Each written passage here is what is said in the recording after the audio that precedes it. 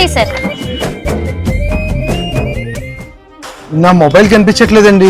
నాకేం తెలుసండి, మీరు సరుకులు తీసే టైంలో ఎక్కడైనా పెట్టారేమో చూసుకోండి వెళ్ళి. చూసొస్తానండి.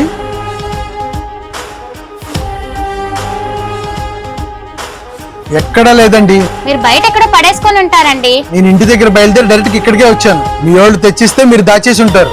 మా వాళ్ళు ఎవరు తెచ్చి లేదండి, ఒకవేళ తెచ్చిచ్చినా ఇక్కడే పెడతాను. అందరు కలిసి నా ఫోన్ కొట్టేస్తారా? అసలే దాని విలువ 30,000 రూపాయలు. మర్యాదగా ఇచ్చారా సరే సరే, లేదంటే పోలీసులు పిలవాల్సి వచ్చింది. మాకేం తెలుసండి, మీరేంటి అలా మాట్లాడుతున్నారు? మేము తీయకపోతే మేము ఎక్కడి నుంచి తెచ్చిస్తాము? సార్ మీరు ఇక్కడ ఉన్నారా? మీకోసం షాప్ మొత్తం తిరిగి వెతుక్కుంటున్నానండి. ఇది నా ఫోను, నీ దగ్గరికి ఎలా వచ్చింది?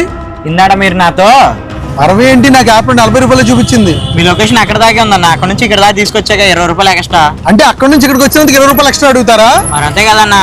అవన్నీ నాకు కుదరవండి, 40 ఇస్తాను అంతే. అయ్యో, అనవసరంగా ఇప్పుడు అనుమానించానే. మీరు నన్ను అనవసరంగా బ్లేమ్ చేశారు కాబట్టి ఇప్పుడు నేను పోలీసులు పిలుస్తా ఉండండి. మేడం మేడం వద్దు మేడం ప్లీజ్. అందుకనే తొందరపడి నిందించకండి, తెలుసుకొని మాట్లాడండి. పేమెంట్ అయిపోయిందండి. ఐఎమ్ సారీ బ్రదర్, నేను నీతో అలా మాట్లాడినా సరే నువ్వు నాకు హెల్ప్ చేశావు.